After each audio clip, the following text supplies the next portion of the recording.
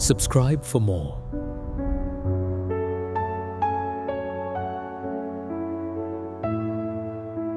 I never expected marriage to surprise me anymore. After 12 years together, most things felt predictable, almost routine. I'm Daniel Harper, 43, project manager, suburban life, mortgage, responsibilities stacked neatly like files on my desk. My wife, Eleanor, and I had settled into that quiet rhythm people mistake for stability. No shouting, no drama, just a steady distance neither of us acknowledged out loud. That evening felt ordinary. Rain tapped softly against the windows, the kind of night that usually ended with television murmuring in the background and us scrolling our phones separately. Eleanor had gone upstairs earlier, saying she needed a shower. I stayed in the living room, answering emails, enjoying the calm. I didn't know then that calm was about to fracture. When she came back down, I barely looked up at first. Then I heard the pause in her footsteps, the silence stretching longer than normal. I raised my eyes, and that's when she dropped her robe. It slid from her shoulders and pooled at her feet like it meant nothing at all. I froze, staring, not out of desire but confusion. This wasn't playful or flirtatious. It was deliberate, controlled. "What's going on?" I asked, because my brain couldn't find anything else to say. She didn't rush to cover herself. She didn't smile. She just stood there, arms relaxed, eyes steady. "I wanted to see if you'd notice," she said quietly. Her voice wasn't teasing. It was measured, almost clinical. That unsettled me more than the moment itself. I stood up slowly, unsure whether this was an invitation or a confrontation disguised as one.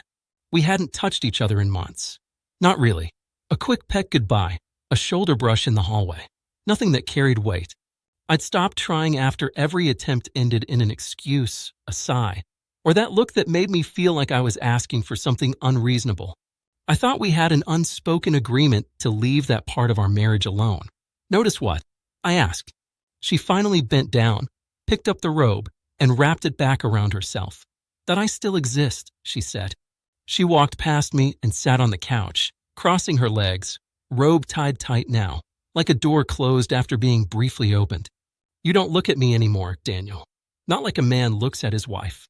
I sat back down, a few feet away, heart beating harder than it should have. "You don't want me to," I said. "Every time I try, you shut me down." She nodded slowly, like she'd expected that answer. "Because when you do, it feels empty. Automatic, like you're checking a box." She turned to face me. "I wanted to know if there was anything left behind your eyes, or if we're just roommates pretending this is normal." That word hit harder than anything else. Roommates. I thought of all the nights I'd stayed quiet to keep the peace, all the times I convinced myself that patience was the same as love.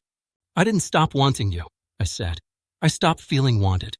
She looked away then, jaw tightening. "Desire doesn't survive neglect," she said. "And neglect isn't always loud. Sometimes it's just absence." We sat there in that truth, neither of us reaching for the other.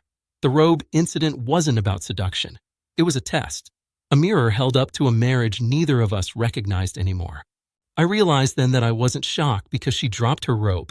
I was shocked because I didn't know what to do when she did. "I don't know how we got here," I said finally. She exhaled, long and tired.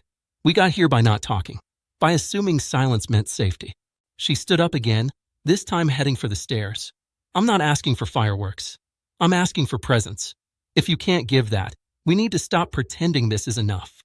I didn't follow her, not because I didn't care, but because something in me understood this moment wasn't meant to be chased. It was meant to be faced. The robe falling wasn't an invitation back into intimacy. It was a warning that intimacy without honesty is just another form of distance. That night, lying awake, I realized shock isn't always about surprise. Sometimes it's about recognition.